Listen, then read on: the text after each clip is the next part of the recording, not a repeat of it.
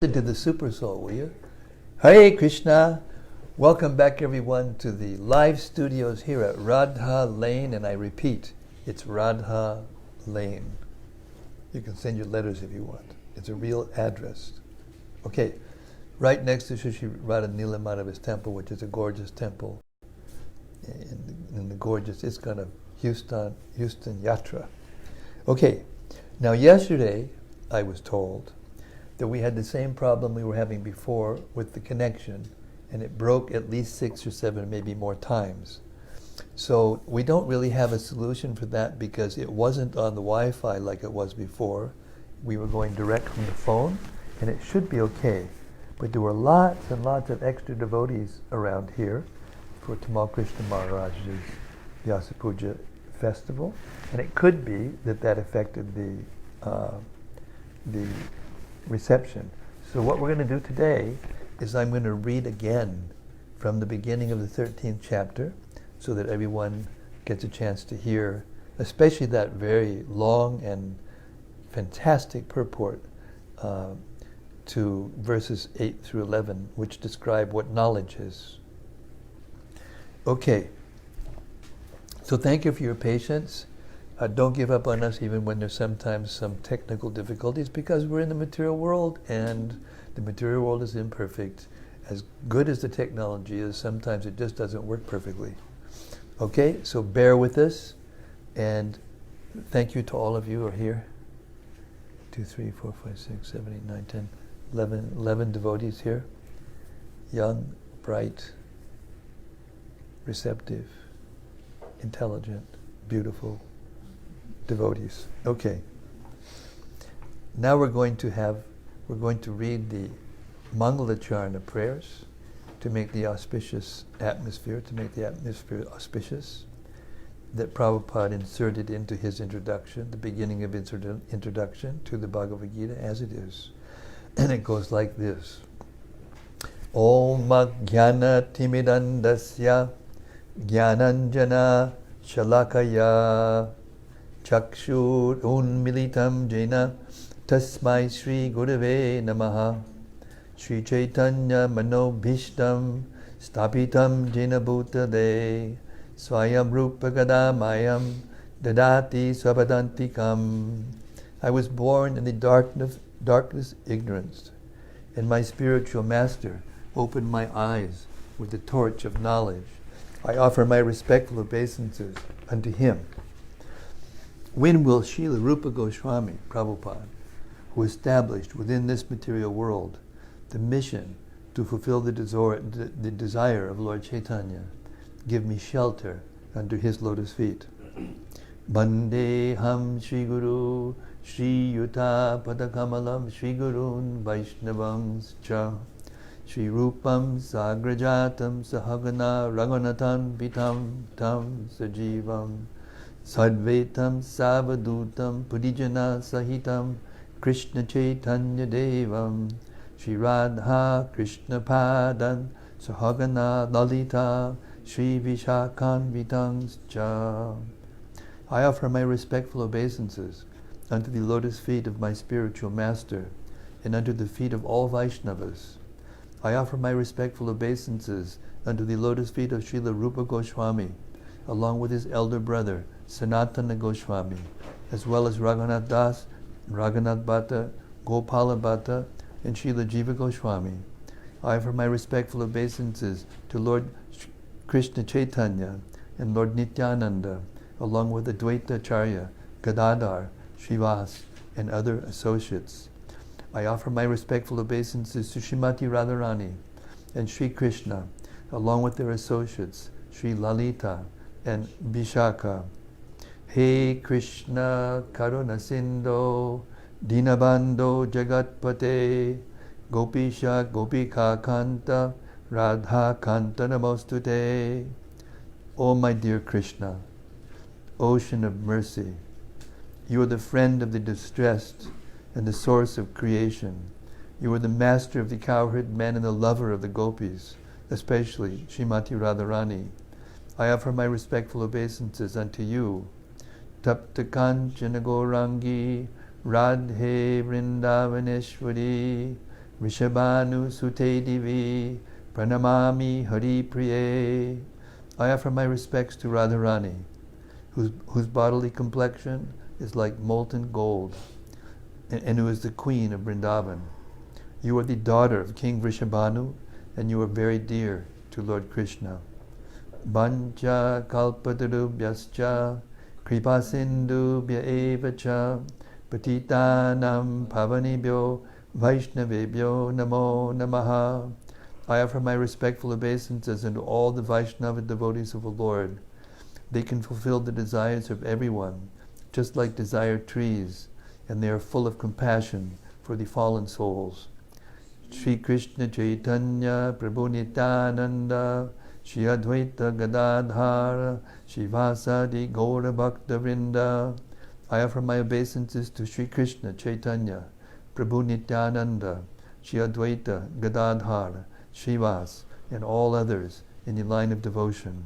Hare Krishna, Krishna Krishna, Hare Hare, Hare Rama, Rama Rama, Hare Hare. How's our connection? So far, so good. So far, so good. Okay, so we're going to read from the beginning of chapter 13 again, because some of the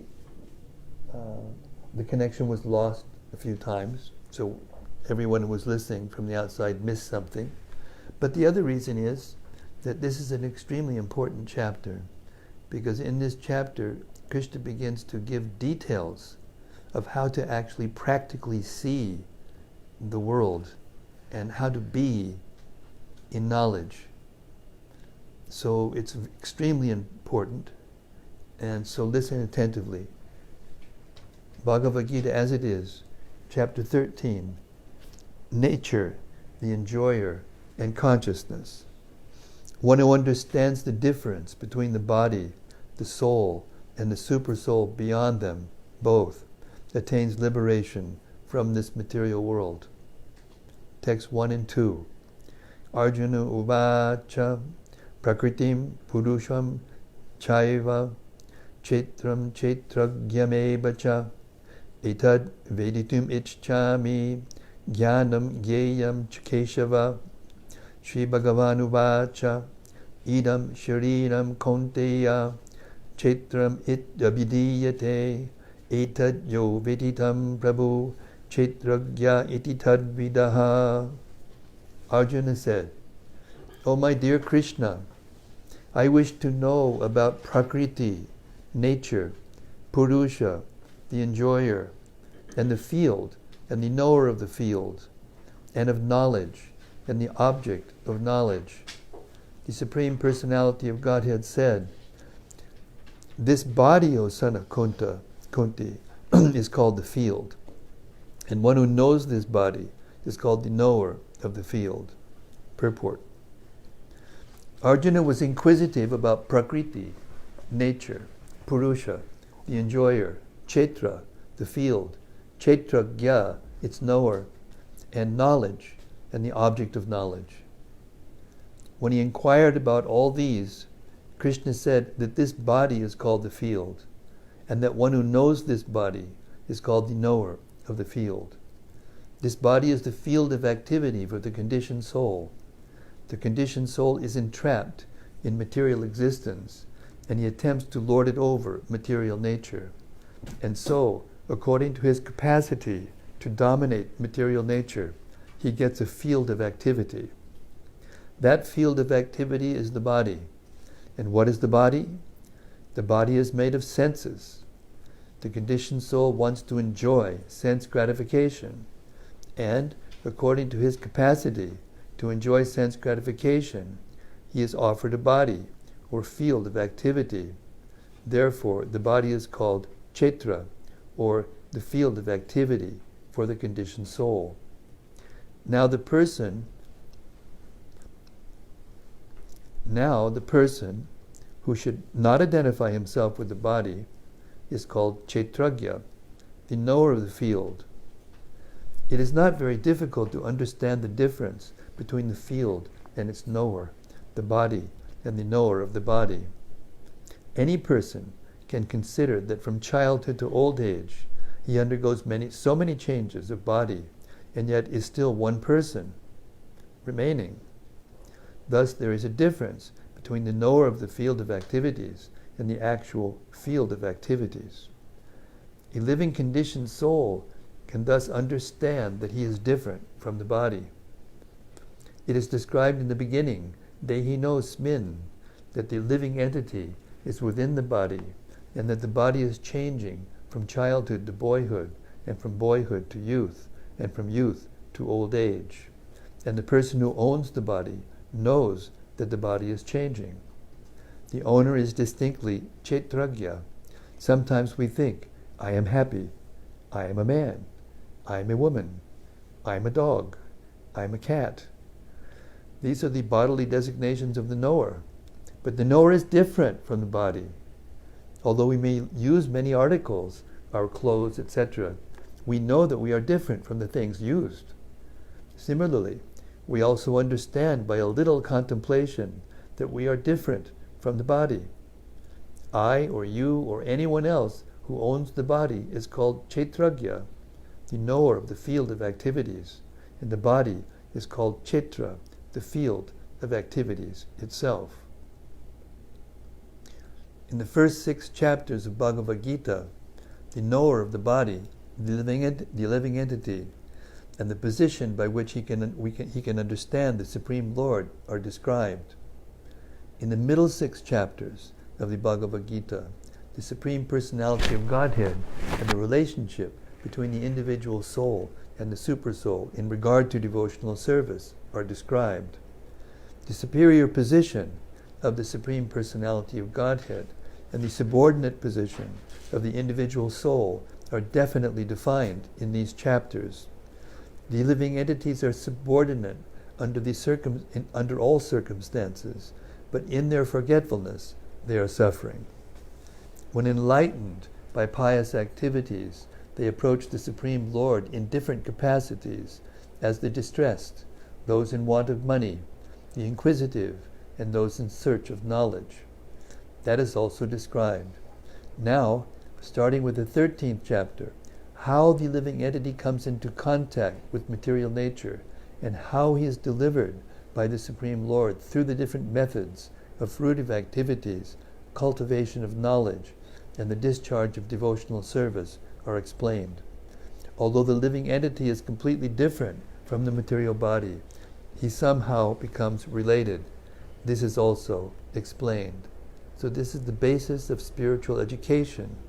We're not taught in school to contemplate how we're different than the body. We're taught it's the same body, it's just growing. So therefore, people in general can't contemplate this. They can't think that they're not the body, because they've been taught that they are the body. But even science admits that every cell in the body dies and is reborn, and after so many years, all the cells of the body change, which means, in effect, factually, we have changed our body. And everybody knows that we're the same person. Every single one of us has that experience, but we're not taught to think like that. So Krishna is teaching us to think like that. This is called spiritual education. Text 3.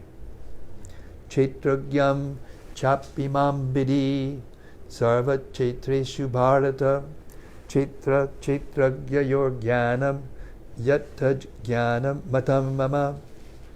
O scion of Bharata, you should know that I am also the knower in all bodies, and to understand this body and its knower is called knowledge. That is my opinion. Purport.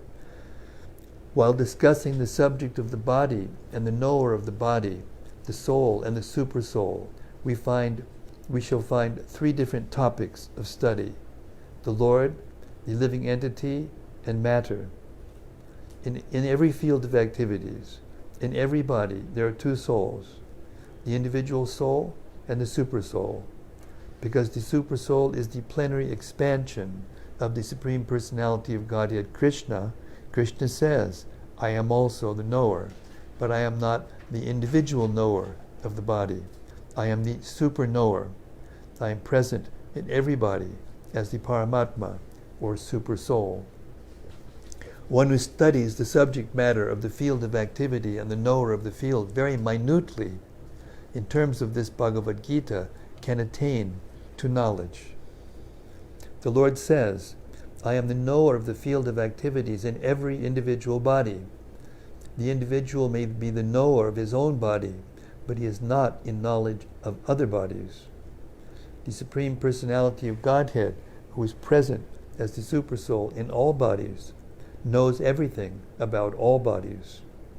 He knows all the different bodies of all the various species of life. The citizen may know everything about his patch of land, but the king knows not only his palace, but all the properties possessed by the individual citizens. Similarly, one may be the proprietor of the body individually, but the Supreme Lord is the proprietor of all bodies.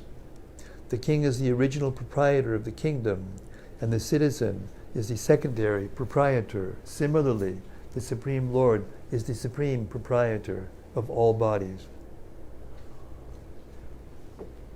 The body consists of the senses. The Supreme Lord is Hrishikesha, which means the controller of the senses.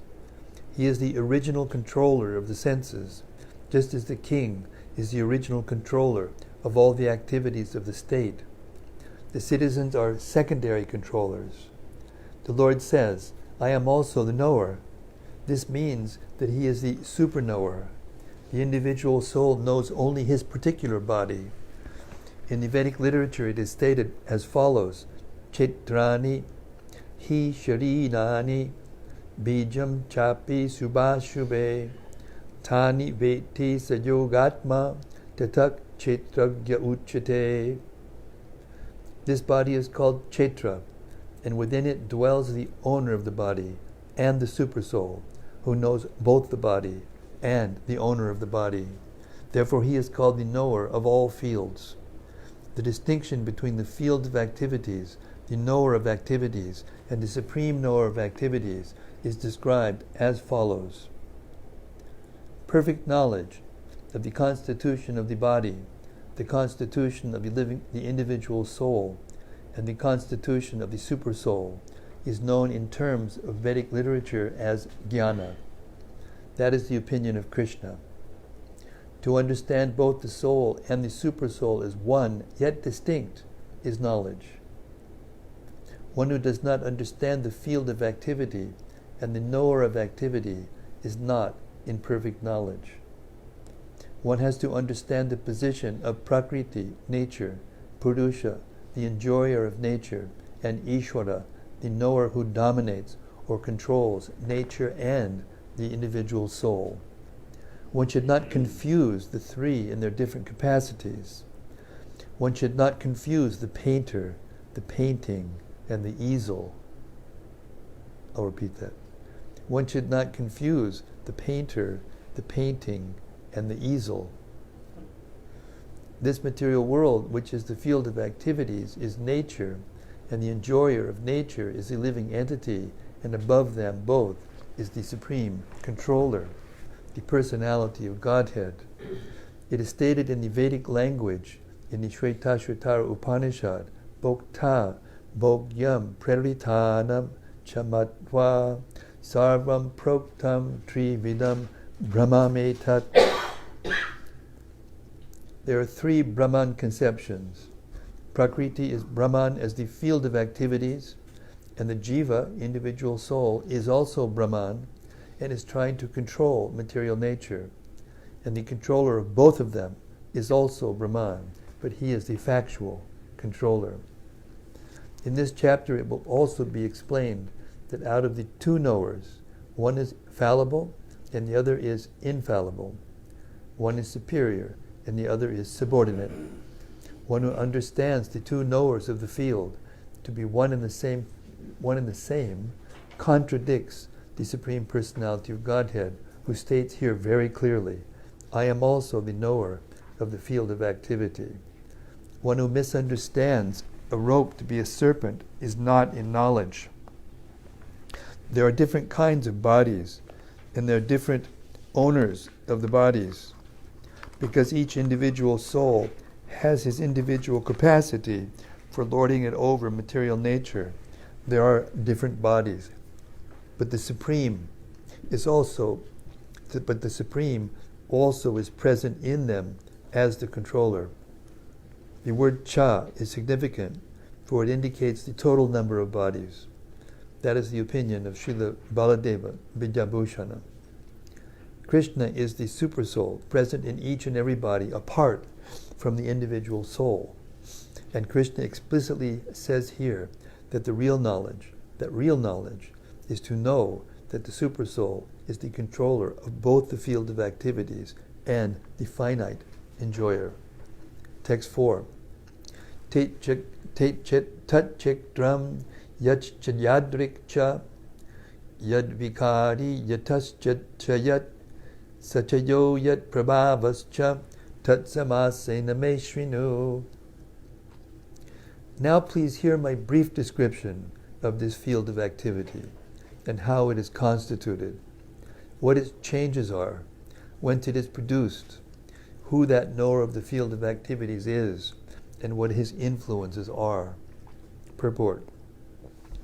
The Lord is describing the field of activities and the knower of the field of activities in their constitutional positions. One has to know how this body is constituted, the materials of which this body is made, under whose control this body is working, how the changes are taking place, where from the changes are coming, what the causes are, what the reasons are, what the ultimate goal of the individual soul is, and what the actual form of the individual soul is. One should also know the distinction between the individual living soul and the supersoul, their different influences, their potentials, and so on. One just has to understand this Bhagavad-gita directly from the description given by the Supreme Personality of Godhead, and all this will be clarified.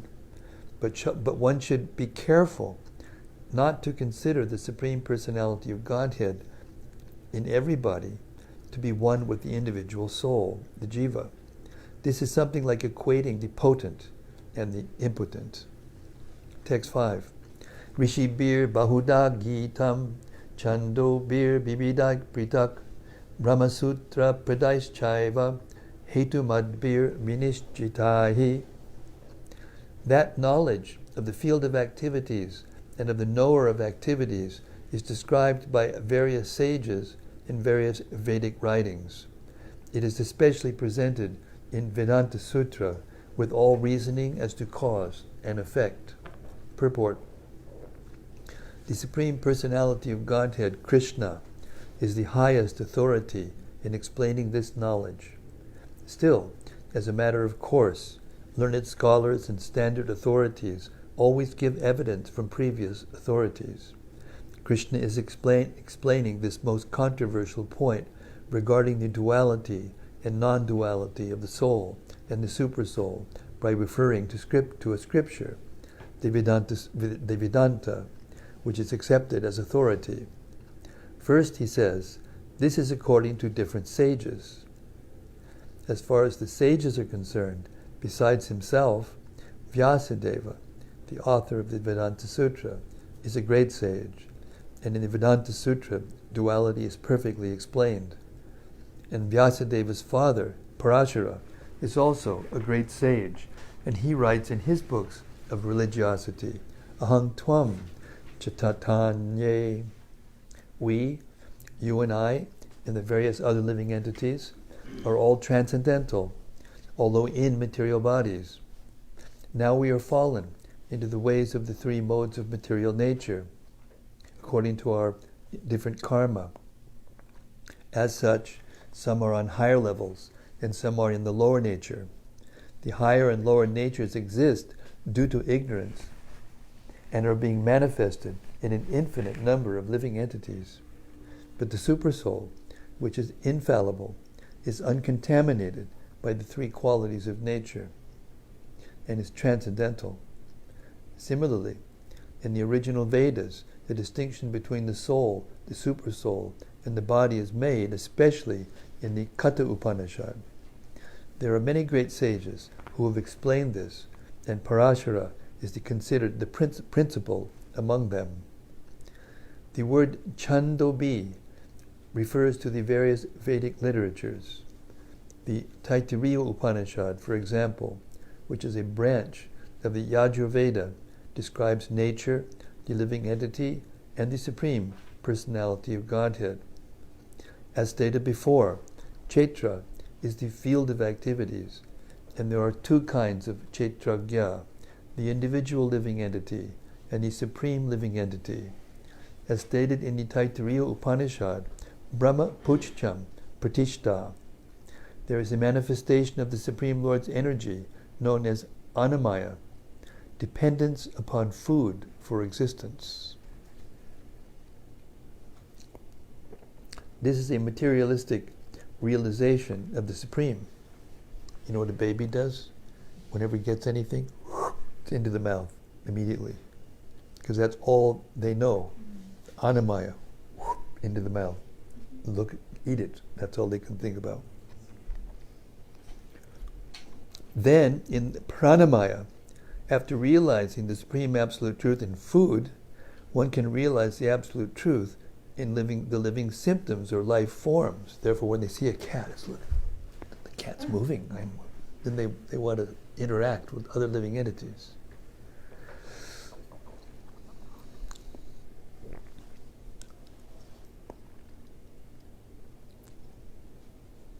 In Jnanamaya, realization extends beyond the living symptoms to the point of thinking, feeling, and willing. Then there is Brahman realization, called Vijnanamaya, in which the living entity's mind and life symptoms are distinguished from the living entity himself. The next and supreme stage is Anandamaya, realization of the all-blissful nature. Thus there are 5 stages of Brahman realization, which are called Brahma Puchcham. Out of these, the first 3, Annamaya, Pranamaya, and Jnanamaya, involve the fields of activities of living entities. Transcendental to all these fields of activities is the Supreme Lord, who is called Anandamaya. The Vedanta Sutra also describes the Supreme by saying, Anandamayo Vyasat. The Supreme Personality of Godhead is by nature full of joy. To enjoy his transcendental bliss, he expands into Vijnanamaya, Pranamaya, Jnanamaya, and Annamaya. In the field of activities, the living entity is considered to be the enjoyer, and different from him is the Anandamaya. That means that if the living entity decides to enjoy in dovetailing himself with the Anandamaya, then he becomes perfect. This is the real picture of the Supreme Lord as the supreme knower of the field.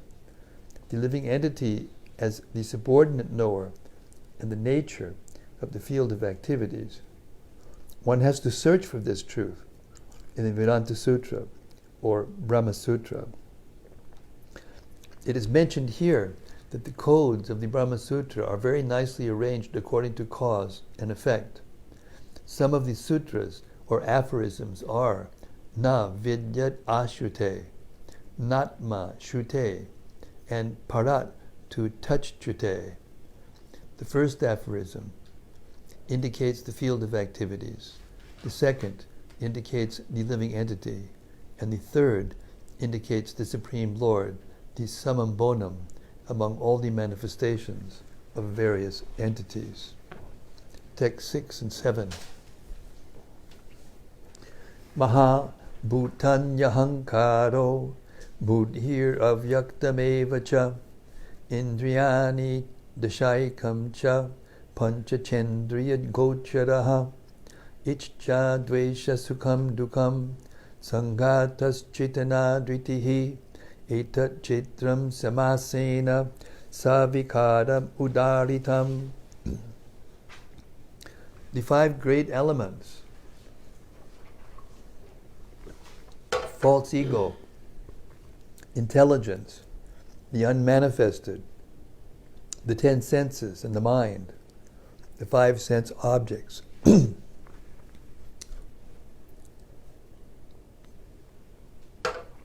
Desire, hatred, happiness, distress, the aggregate, the life symptoms, and convictions, all these are considered, in summary, to be the field of activities and its interactions. Purport. From all the authoritative statements of the great sages, the Vedic hymns, and the aphorisms of the Vedanta Sutra, the components of this world can be understood as follows. First, there are earth, water, fire, air, and ether. These are the five great elements, Mahabhuta. Then there are false ego, intelligence, and the unmanifested stage of the three modes of nature. Then there are five senses for acquiring knowledge, the eyes, ears, nose, tongue, and skin. Then five working senses, voice, legs, hands, anus, and genitals. Then above the senses, there is the mind, which is within, and which can be called the sense within. Therefore, including the mind, there are 11 senses altogether. Then there are the five objects of the senses: smell, taste, form, touch, and sound. Now the aggregate of these 24 elements is called the field of activity. Then he can very well understand the field of activity. If one makes an analytical study of these 24 subjects, then he can very well understand the field of activity. Then there are desire, hatred, happiness, and distress, which are interactions, representations of the five great elements in the gross body. The living symptoms, represented by consciousness, and convictions are the manifestations of the subtle body, mind, ego, and intelligence. These subtle elements are included within the field of activities. The five great elements are a gross representation of the false ego, which in turn represents the primal stage of false ego, technically called the materialistic conception, or tamasa buddhi, intelligence in ignorance. This further represents the unmanifested stage of the three modes of material nature. The unmanifested modes of material nature are called pradhan. One who desires to know the 24 elements in detail, along with their interactions, should study the philosophy in more detail. In Bhagavad-gita, a summary only is given. So that detail is given especially in the Srimad Bhagavatam, 3rd canto, by Kapila-dev, an incarnation of Krishna, to his mother, Devahuti. The body is the representation of all these factors, and there are changes of the body, which are 6 in number. The body is born, it grows, it stays, it produces byproducts, then it begins to decay, and at the last stage, it vanishes. That means every one of us is going to vanish. Got that? Yeah, okay. However, the Kshetrajna, the knower of the field, its proprietor, is different. It lives forever. All right, now here we are, text 8 to 12. This is the main reason that I wanted to read this again, because I was afraid that some in the audience out in the cyberspace might have missed some of these very, very important discussion of what knowledge is. Text 8 to 12. Amanitvam, adambitvam, ahimsa, chantir arjavam, acharyo, pasanam shaucham, staryam atma binigraha, indriyarteshu vairagyam, anahankara evacha, janma mrityu bharavyadi, dukkha dosha nudarshanam, asaktir anabhishvanga, putradara grihadishu, nityam sasamachitvam, nityam samachittatvam, ishtanoshti pastitu.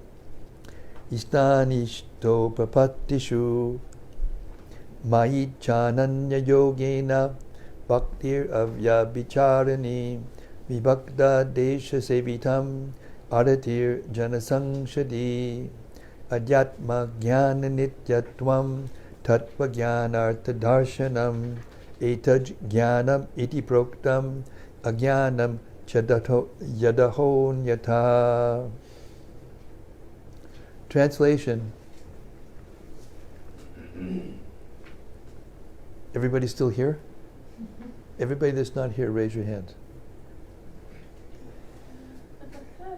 Only Krishna Kripa could do that. Only Krishna Kripa. Translation. We're live. Or the only truthful one in the room, one of the two. Translation.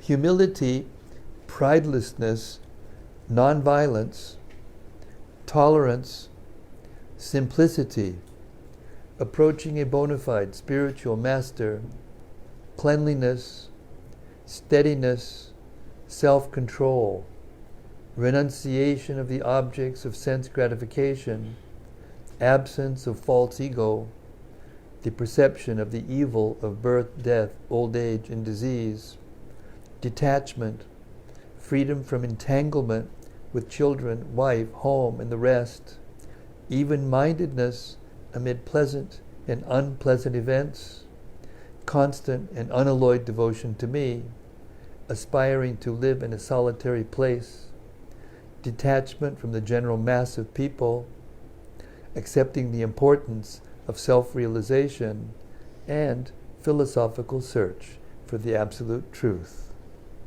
All these I declare to be knowledge, and besides this, whatever they may be, is ignorance.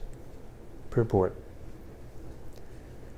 This process of knowledge is sometimes misunderstood by less intelligent men as being the interaction of the field of activity. But actually, this is the real process of knowledge. If one accepts this process, then the possibility of approaching the absolute truth exists. This is not the interaction of the 24 elements as described before.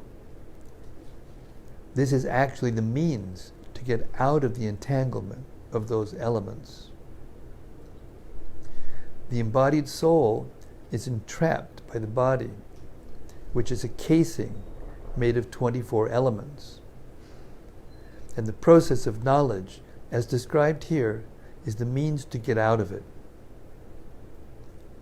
Of all the descriptions of the process of knowledge, the most important point is described in the first line of the 11th verse.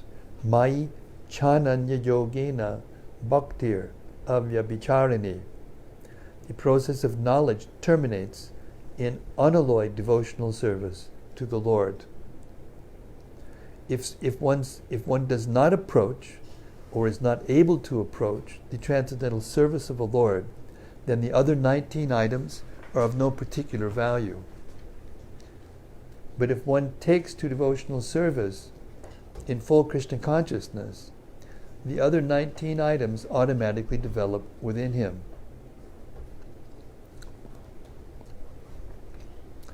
As stated in Srimad Bhagavatam, Yasyasti bhaktir bhagavatya kinchana sarvair gunaish tatra samasate suraha. All the good qualities of knowledge develop in one who has attained the stage of devotional service. The principle of accepting a spiritual master, as mentioned in the 8th verse, is essential. Even for one who takes to devotional service, is most important. Even for one who takes to devotional service, it is most important. Transcendental life begins when one accepts a bona fide spiritual master. The Supreme Personality of Godhead, Sri Krishna, clearly states here that this process of knowledge is the actual path. Anything speculated beyond this is nonsense. As for the knowledge outlined here, the items may be analyzed as follows. Humility means that one should not be anxious to have the satisfaction of being honored by others. The material conception of life makes us very eager to receive honor from others. But from the point of view of a man of perfect knowledge, one who knows that he is not this body, anything, honor or dishonor, pertaining to this body is useless. One should not be hankering after this material deception. People are very anxious to be famous for their religion, and consequently sometimes it is found that without understanding the principles of religion, one enters some group which is not actually following religious principles, and then wants to advertise himself as a religious mentor. As for actual advancement in spiritual science, one should have a test to see how far is progressing. He can judge by these items. Okay, ready? Now here's the tests.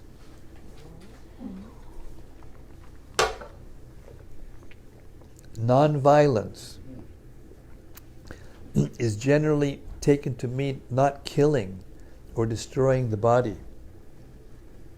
But actually non-violence means not to put others into distress. People in general are trapped by ignorance in the material concept of life, and they perpetually suffer material pains. So unless one elevates people to spiritual knowledge, one is practicing violence. One should try his best to distribute real knowledge to the people so that they may become enlightened and leave this material entanglement. That is non-violence. Tolerance means that one should be practiced to bear insult and dishonor from others. If one is engaged in the advancement of spiritual knowledge, there will be so many insults and much dishonor from others.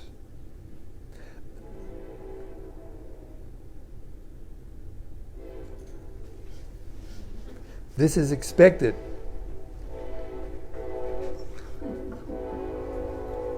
Some of them are kind of like cool and they just a little bit, and some of them are just, they see the temple spread, they go, bah, you know.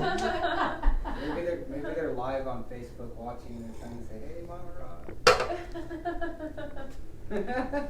That sounds like a house in the sky, or a horse egg, or a square triangle. Okay, where was I? Okay. Tolerance means that one should be practiced to bear the sound of train horns. Oh, I'm sorry. I got carried away there. Tolerance means that one should be practiced to bear insult and dishonor from others. If one is engaged in the advancement of spiritual knowledge, there will be so many insults and much dishonor from others. This is expected because material nature is so constituted. Even a boy like Prahlad, who, only 5 years old, was engaged in the cultivation of spiritual knowledge, was endangered when his father became antagonistic to his devotion. The father tried to kill him in so many ways, but Prahlad tolerated him. So there may be many impediments to making advancement in spiritual knowledge, but we should be tolerant and continue our progress with determination. Simplicity means that without diplomacy, one should be so straightforward that he can disclose the real truth even to an enemy. As for acceptance of the spiritual master, that is essential, because without the instruction of a bona fide spiritual master, one cannot progress in the spiritual science. One should approach the spiritual master with all humility and offer him all services so that he will be pleased to bestow his blessings upon the disciple. Because a bona fide spiritual master is a representative of Krishna, if he bestows any blessings upon his disciple, that will make the disciple immediately advanced without the disciples following the regulated principles, or the regulated principles will be easier for one who has served the spiritual master without reservation. Cleanliness is essential for making advancement in spiritual life. There are two kinds of cleanliness, external and internal. external cleanliness means taking a bath. But for internal cleanliness, one has to think of Krishna always and chant. Hare Krishna, Krishna Krishna, Hare Hare, Hare Rama, Rama Rama, Hare Hare. This process cleans the accumulated dust of past karma from the mind. Wouldn't that be nice? Steadiness means that one should be very determined to make progress in spiritual life. Without such determination, one cannot make tangible progress. And self-control means that one should not accept anything which is detrimental to the path of spiritual progress. One should become accustomed to this and reject anything which is against the path of spiritual progress. This is real renunciation. The senses are so strong that they are always anxious to have sense gratification. One should not cater to these demands which are not necessary. The senses should only be gratified to keep the body fit so that one can discharge his duty in advancing in spiritual life. The most important and uncontrollable sense is the tongue. The what? Tongue. If one can control the tongue, then there is every possibility of controlling the other senses. The function of the tongue is to taste and to vibrate. The function of the tongue is what? Very good. Therefore, by systematic regulation, the tongue should always be engaged in tasting the remnants of foodstuffs offered to Krishna. Gee, that's tough. What an austerity. Therefore, by systematic regulation, the tongue should always be engaged in tasting the remnants of foodstuffs offered to Krishna and chanting Hare Krishna. As far as the eyes are concerned, they should not be allowed to see anything but the beautiful form of Krishna. That will control the eyes. Similarly, the ears should be engaged in hearing about Krishna, and the nose in smelling the flowers offered to Krishna. This is the process of devotional service. And it is understood here that Bhagavad-gita is simply expounding the science of devotional service. Devotional service is the main and sole objective. Unintelligent commentators on the Bhagavad-gita try to divert the mind of the reader to other subjects, but there is no other subject in Bhagavad-gita than devotional service. False ego means accepting this body as oneself.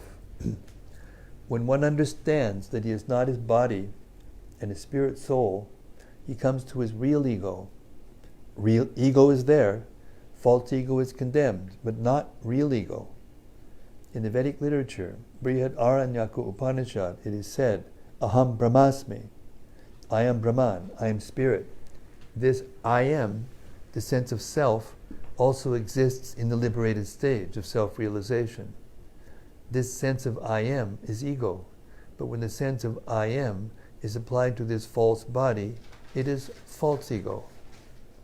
When the sense of self is applied to reality, that is real ego. There are some philosophers who say that we should give up our ego, but we cannot give up our ego because ego means identity. We ought, of course, to give up the false identification with the body.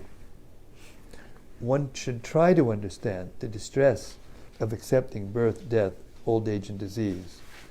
There are descriptions in various Vedic literatures of birth.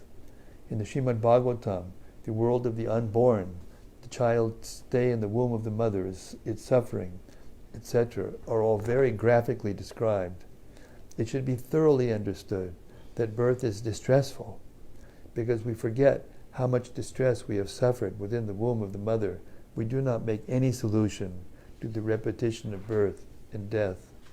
Similarly, at the time of death, there are all kinds of sufferings, and they are also mentioned in the authoritative scriptures. These should be discussed. And as far as disease and old age are concerned, everyone gets practical experience. No one wants to be diseased, and no one wants to become old.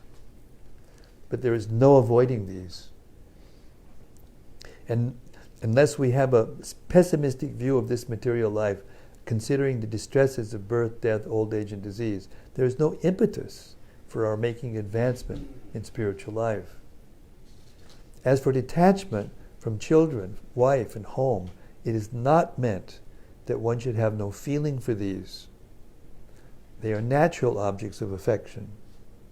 But when they are not favorable to spiritual progress, then one should not be attached to them. The best process for making the home pleasant is Krishna consciousness.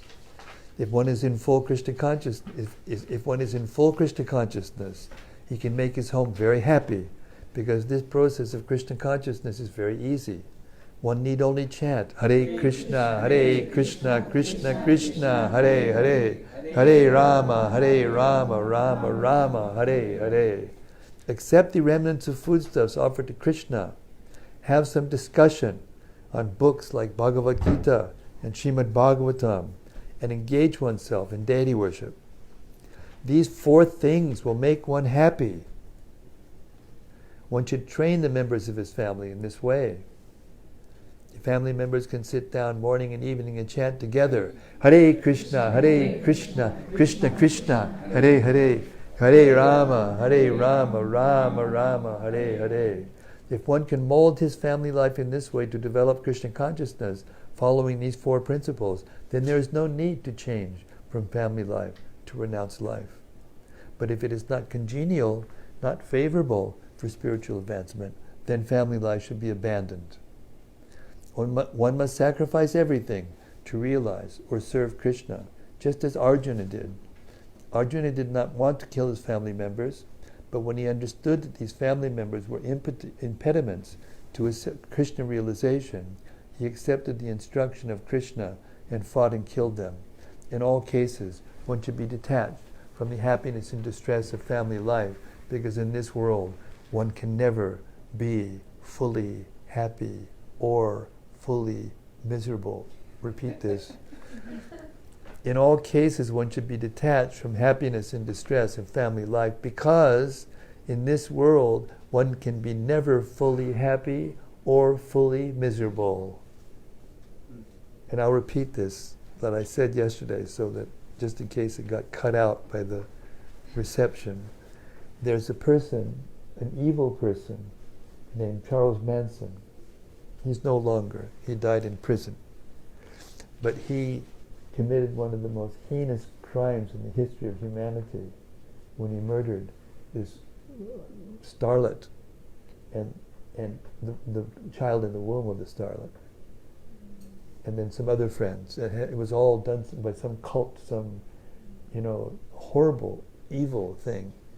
And when he was in his trial, he held up the Bhagavad-gita, not ours, but a Bhagavad-gita, and he said, "It says here that we can't be killed. So you're having a trial to convince me of something that's not possible to do." This is how evil misapplication of spiritual knowledge can be applied. So no one should think that just because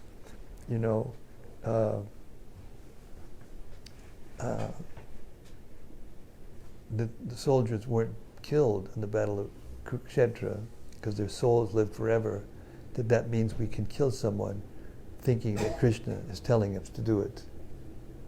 That is the greatest sin.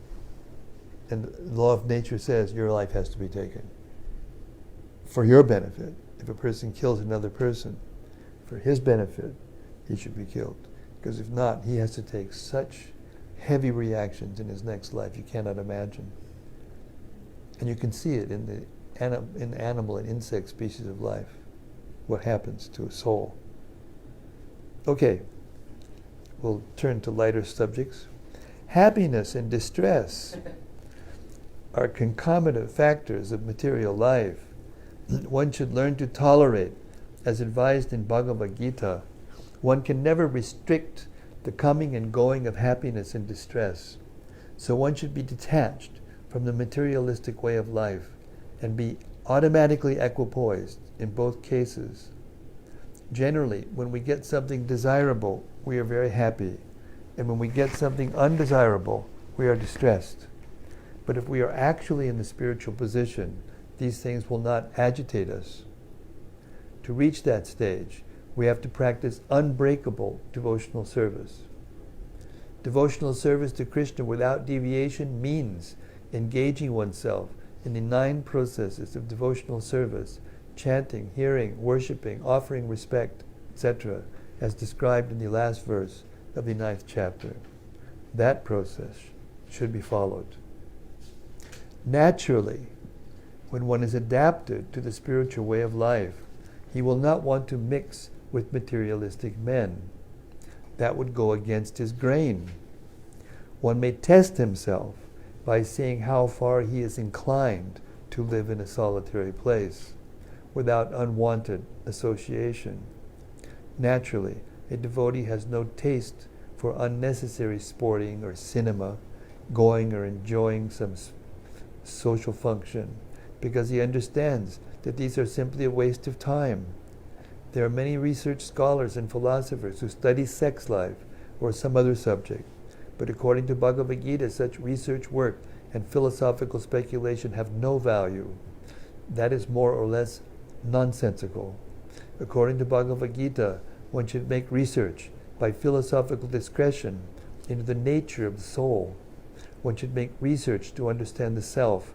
That is recommended here. So I wanted to point out that yesterday we had a social function.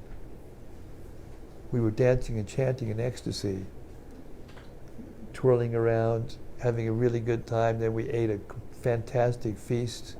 Everybody was, intoxicated. That kind of social function is not to be avoided. Hare Krishna. Spiritual life is not dry and without fun. It's real fun for the spiritual senses. Okay, moving on. As far as self-realization is concerned, it is clearly stated here that Bhakti Yoga is especially practical. As soon as there is a question of devotion, one must consider the relationship between the Supersoul and the individual soul. The individual soul and the Supersoul cannot be one, at least not in the Bhakti conception, the devotional conception of life. This service of the individual soul to the Supreme Soul is eternal, nityam, as it is clearly stated. So bhakti, or devotional service, is eternal. One should be established in that philosophical conviction. In Srimad Bhagavatam, this is explained. Vedanti tat vabidas tat mam yad jnanam advayam. Those who are actually knowers of the absolute truth know that the self is realized in 3 different phases, as Brahman, Paramatma, and Bhagavan. Bhagavan is the last word in the realization of the absolute truth. Therefore, one should reach up to that platform of understanding the Supreme Personality of Godhead and thus engage in the devotional service of the Lord. That is the perfection of knowledge. Is anyone noticing whether or not we're breaking up? We're not. Okay, good. Okay. I mean, at least not here when. Okay. No, we would be able to tell. It shows up here. Beginning from practicing humility up to the point of realization of the Supreme Truth, the absolute personality of Godhead, this process is just like a staircase beginning from the ground floor and going up to the top floor. Now on this staircase, there are so many people who have reached the first floor, the second, or the third floor, etc. But unless one reaches the top floor, which is the understanding of Krishna, he is at the lower stage of knowledge. If anyone wants to compete with God and at the same time make advancement in spiritual knowledge, he will be frustrated. I'll repeat that. If anyone wants to compete with God and at the same time make advancement in spiritual knowledge, he will be frustrated. It is clearly stated that without humility, understanding is not truly possible. To think oneself God is most puffed up. Although the living entity is always being kicked by the stringent laws of material nature, he still thinks, I am God.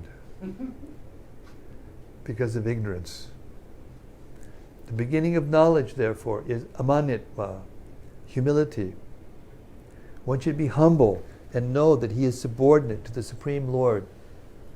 Due to rebellion against the Supreme Lord, one becomes subordinate to material nature.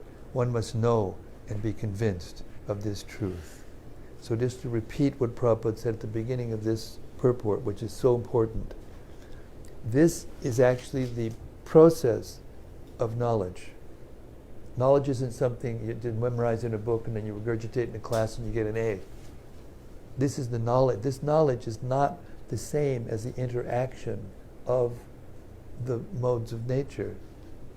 These qualities and these events and these activities and endeavors are the process to get out of that entanglement of the material nature.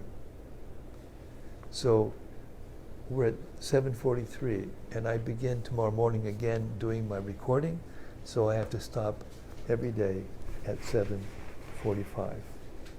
I'm 2 minutes early. So that we can have a reflection now. This is it's so beautiful purport. So much knowledge is packed into that purport. Practical knowledge, how to act and think and feel and will in this world to keep ourselves free from Maya.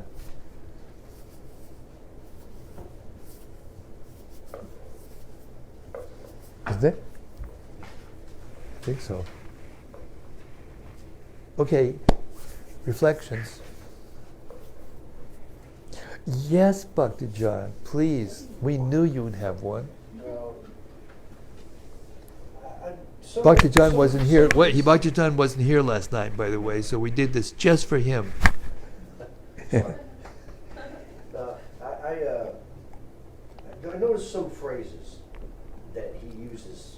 He notices some phrases that Prabhupada uses. And they obviously must mean something because he repeats them. And they obviously must mean something because he keeps repeating them. Lording it over material nature. Lording it over material nature. Can you explain that to me? Yeah. Well, there's different levels of it, but I'll give some very graphic examples. Say, for instance, you're riding down the road and somebody is driving too slow to suit you. And you stop and you get out of your car and you pull the guy out of the car and beat him to a pulp. That's lording it over material nature. Okay. It's called road rage. Or, somebody comes in front of line when you're getting ready to go to the airport and somebody cuts in the line and you're in anxiety, you want to get on the plane. And then you start a revolution. Did you see that guy, what he did? To embarrass the person to, not cut in front of the line. Lording it over material nature. I mean, there's unlimited examples. Everything that we do in this material world that isn't aimed at pleasing the senses of Krishna are basically aimed at pleasing my own senses. And that's what it means to lord it over material nature. To get what I want, to please my senses at the expense of anyone and everything else. That's the basic principle behind it. And that's violence.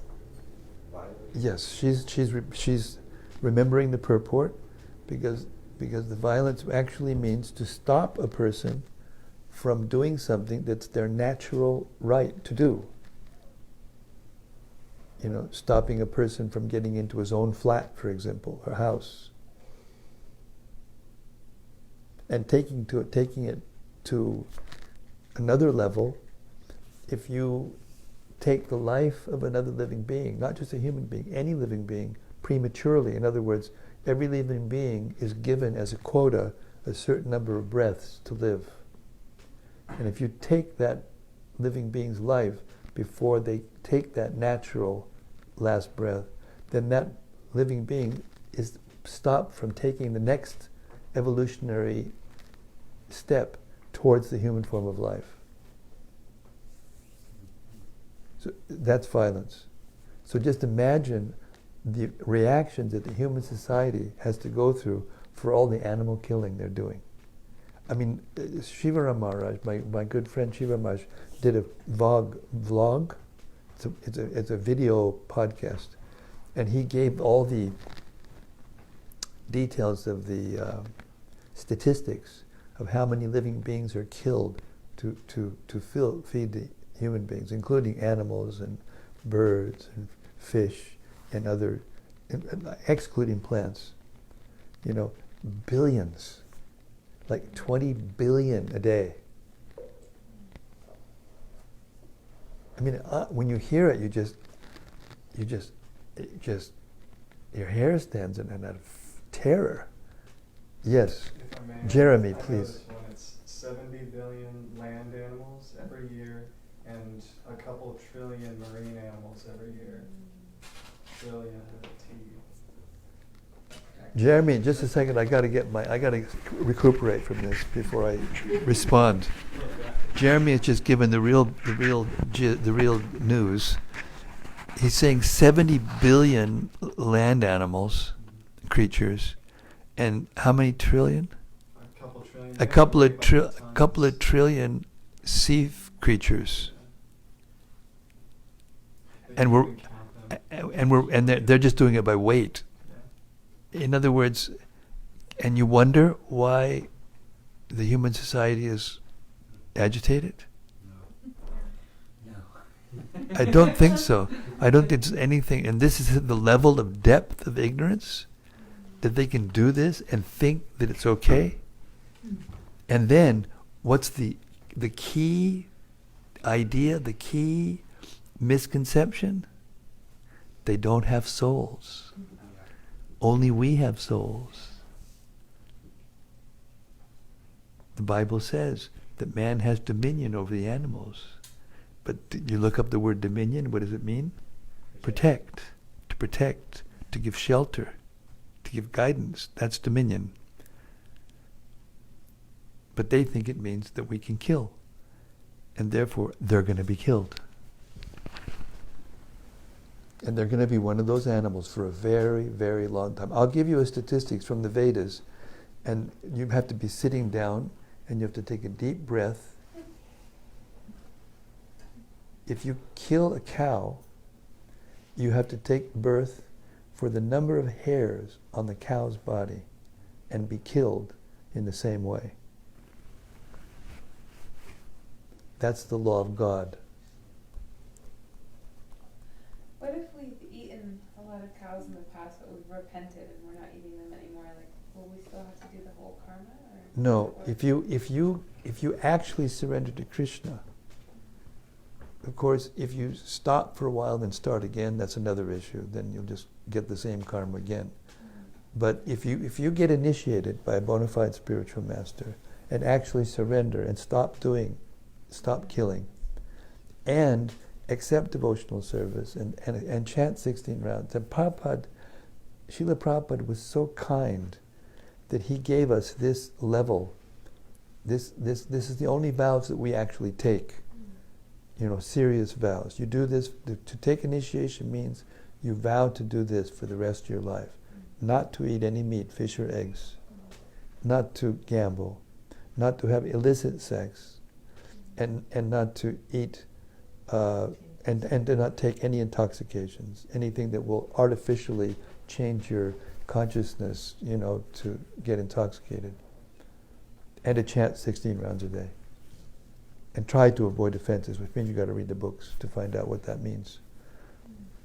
That's it. It's a simple, the level of austerity and rules and regulations you have to follow in the Vedic culture to get this prize, this cherished gift of this freedom from sinful reactions, we can't even think about. But because we're in this age of quarrel, the age of the Iron Age, in which things are so confused, so turned upside down, the atmosphere is so agitated that our minds can hardly keep us thought for a few minutes, or our attention, we can't keep our attention fixed for more than a few minutes. It has to be like this. And therefore Krishna comes in the form of Lord Chaitanya and gives us this opportunity. So if you get the mercy of Krishna through the spiritual master and the other Vaishnavas and the previous Vaishnavas, the previous acharyas, Krishna's, Lord Chaitanya, then you can do anything. You can get actually free from the reactions. If I can I have two spiritual masters? Like I have one that's Sufi, and then, I don't mind taking from this line too, but how does that work? If you need to take a initiation from a bona fide spiritual master, not just from anybody who's saying they're a spiritual master. Bona fide spiritual master means they have to have taken initiation from a spiritual master who has taken initiation from a spiritual master who has taken initiation all the way back to Krishna. You have to be able to trace it all the way back to Krishna, not just to a person who came into the world and initiated you, but all the way back to Krishna. That's a bona fide spiritual master.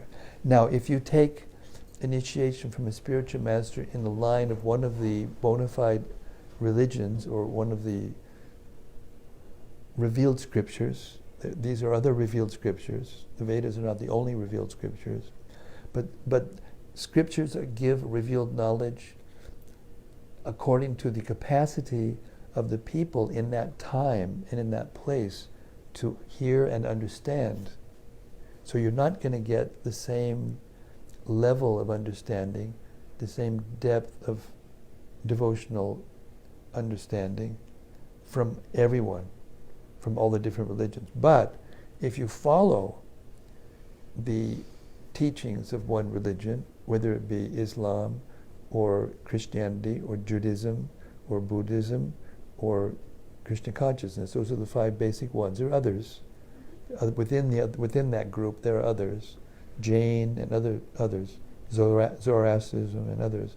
But those are the 5 main ones. Then you will make advancement if you follow. If you follow. But they will only be able to take you to the level that they teach.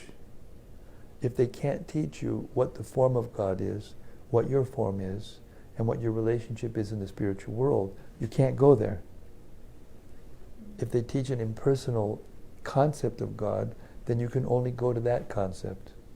And you can't get ananda, you can't get bliss, spiritual bliss. You can get a feeling of liberation, which is a sense of relief from material contamination, influence of the modes of nature, but you can't go further to develop a personal relationship with God. And because that is actually the goal, and just like it said in the purport we just read, there's a stairway, and rather than thinking that there are many paths leading to the same place, you should think there's one path leading to the same place. But there are different degrees of it. They're different. So one spiritual master may teach you to go to this level, another to this level, and the one that teaches you to go to Krishna Prema, which is the topmost realization of love for Krishna, then you have to get connected with Lord Chaitanya in the Kali Yuga. Because Lord Chaitanya is the Yuga Dharma avatar.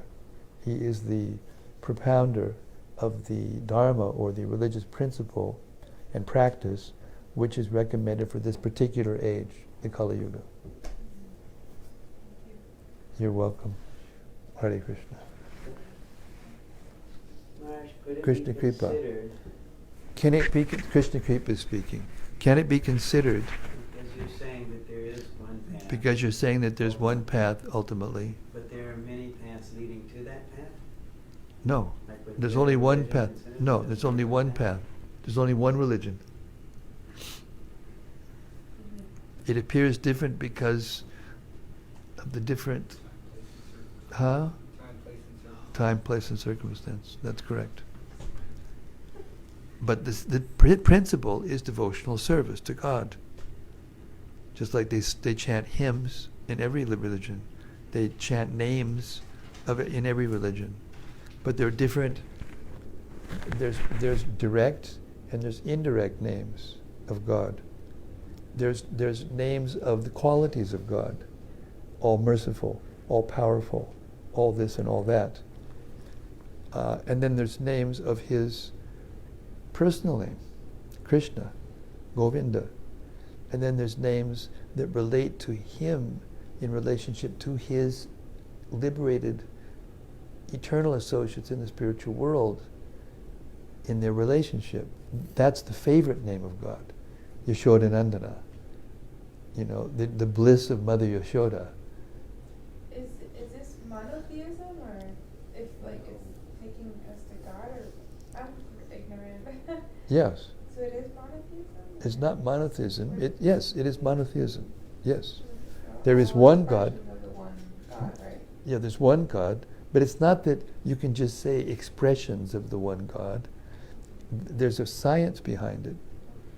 God has an original form, and from that original form he can expand other forms which are absolutely non-different from him, but may have a different shape and may show different degrees of the absolute potency of God. They all are absolute, they all have that potency, but they only show it to different degrees according to the particular time and circumstance and the mission that the Lord, that form of the Lord has in this material world. Makes sense. So sometimes he'll come to protect and save a particular devotee, or he'll appear in the spiritual world in different places, in different forms, because different devotees like that form and they want to serve that form. They want to serve in that particular mood. Therefore, there's a variety of forms of God, the one God, in order to please the varieties of devotees who want to serve and love God in those different moods and different forms. So is Jesus like from that understanding, a form of God? No, Jesus is the Son of God. Oh, is there a difference between form and the Son of God? Yeah, well, there's a difference between the form of God and the form of the Son of God. That's why he says, "Oh, my Father, our Father, who art in heaven." And he doesn't just say, "My Father, who art in heaven." He says, "Our Father, who art in heaven." We're all sons of God. But because he was fully realized, they call him, he's a special Son of God. He's a liberated Son of God. He's, according to Srila Prabhupada and his spiritual master, Bhaktisiddhanta Saraswati Thakur, who are world acharyas, world spiritual masters for the whole world, Jesus Christ is a Shaktivesh avatar of God. Shaktivesh avatar means he's a jiva soul, he's an individual soul, not the supreme soul, but he's empowered by the supreme soul to do something in the material world that only God could do. But not that everything that God could do, but one particular mission that only God could do. And Jesus also said that he sends his disciples out and he says, "The dust of your feet will purify the world." So that means the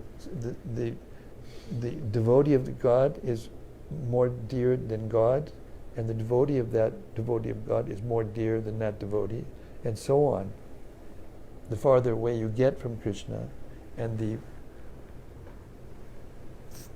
one who has full devotion and pure devotion is dearer to Krishna than the one who's closer physically to Krishna.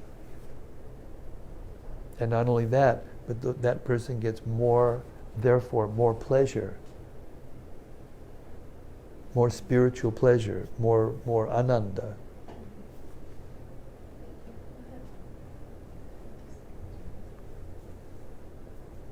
Yes, Jeremy. He was having a conversation with a Mormon the other day. And she brought up a verse out of Isaiah. And she brought up a verse out of Isaiah in the Bible that said, one God, one one faith, baptism. one baptism. And she was using this to say that the Mormon baptism is the one that I need because it's for the one God and the one faith with the one baptism.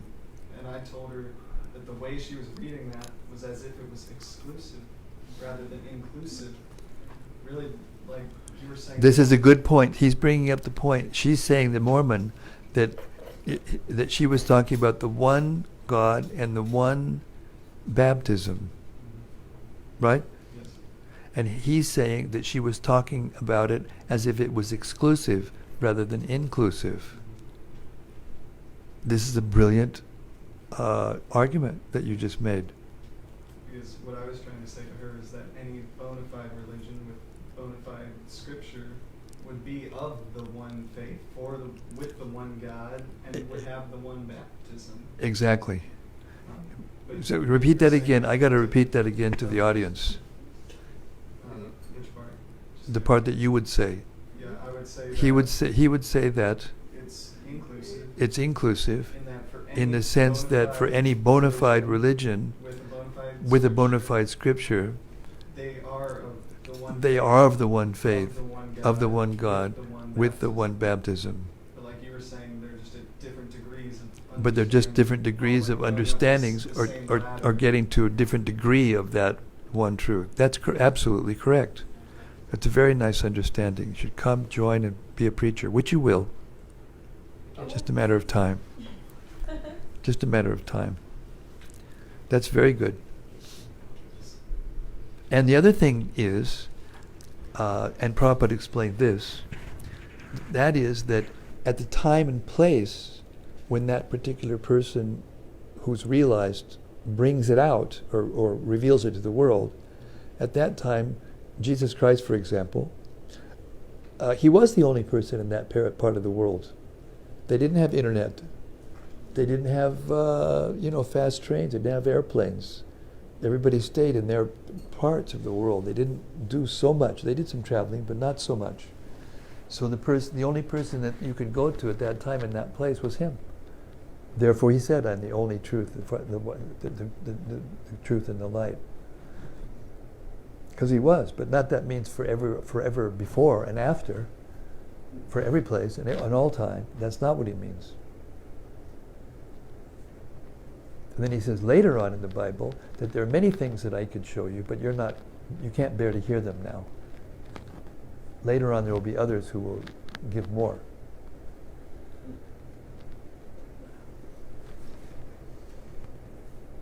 So the tendency for sectarian religions to become sectarian in the sense that they want to control the people, politically especially. And now we see the manifestation of it now when you have conflicts of civilization, conflicts of religions, and actually they're not pleasing God, they're doing just the opposite. They're displeasing God because everyone is God's child. How can there be more than one God? How is that possible? Please explain it to us. How could there be more than one God? More than one Father for all living beings? You mean there are living beings that weren't fathered by God? Who they were fathered by? These are arguments that they can't. No one can answer those arguments because it's not true. Or if they can, you very easily either neglect them and go away and don't bother because they can't hear because they're completely in ignorance. Or by logic, you can, if they're sincere and honest, then they'll accept these arguments. It can't be. That can't be true, that there's more than one God.